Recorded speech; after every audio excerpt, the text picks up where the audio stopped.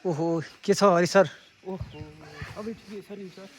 हो र कता त नि आजभोलि हामी यसो एक्लै एक्लै हिँड्नु भएको, एक्लै एक्लै यसो घुमे जस्तो गर्नुभएको छ, के हो कुरो अहिले खास? चाहिँ म ट्याक्क भन्नुपर्दा सर हामी कालीगण्डी गाउँपालिका वडा नम्बर 7 तिर यसो हरियालीको चाहिँ अनि चिसोको चाहिँ फाइदा उठाउनको लागि म यसो घुम्दैछु सर।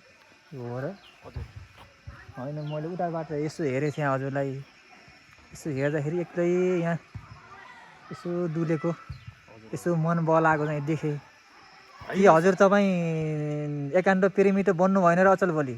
होइन सर, अब त्यस्तो खासै त्यस्तो छैन कि अब यसो हरियालीको आनन्द उठाउँ अनि यसो घुमफिर गरौँ भनेर चाहिँ मात्र हो सर।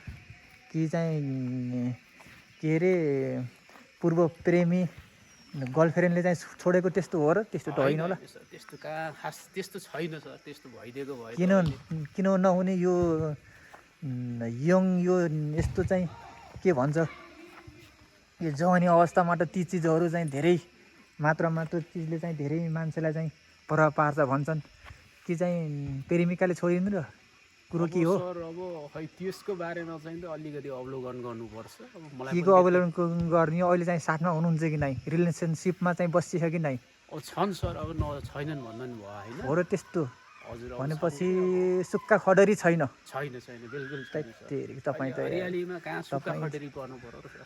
भनेपछि यो मौसमको हरियाली, बर्खा सिजनको हरियाली सँगसँगै ती चिजहरूको पनि कमी छैन भन्ने कुरो बुझ्नु पर्यो। एकदम ए ल त अनि अब घरतिर जाने मेसो के छ? तपाईँ सधैँ यहीँ हो कि आएर यसो चाहिँ मन बलाउने, हरियो परियो यस्तो डाँडा काँडा हेर्ने, यो के भन्छ यो पारीको लेखलाई के भन्छ हौ?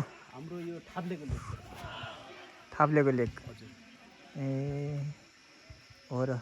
अनि तपाईँ बागलुङतिर जाने भन्ने कुरो गर्नुभएको थियो, कहिले त नि हाम्रो बागलुङको चाहिँ यात्रा? अब सर धेरै छैन टाइम, अब 2-4 दिनभित्र हामी चाहिँ लागिन्छ। अब घुम्नु पऱ्यो यसो, तपाईँले पनि यसो बागलुङ जस्तो ठाउँमा भिजिट गराउनु पर्ला नि सर। भनेपछि मलाई नि समावेश गर्ने कुरो छ।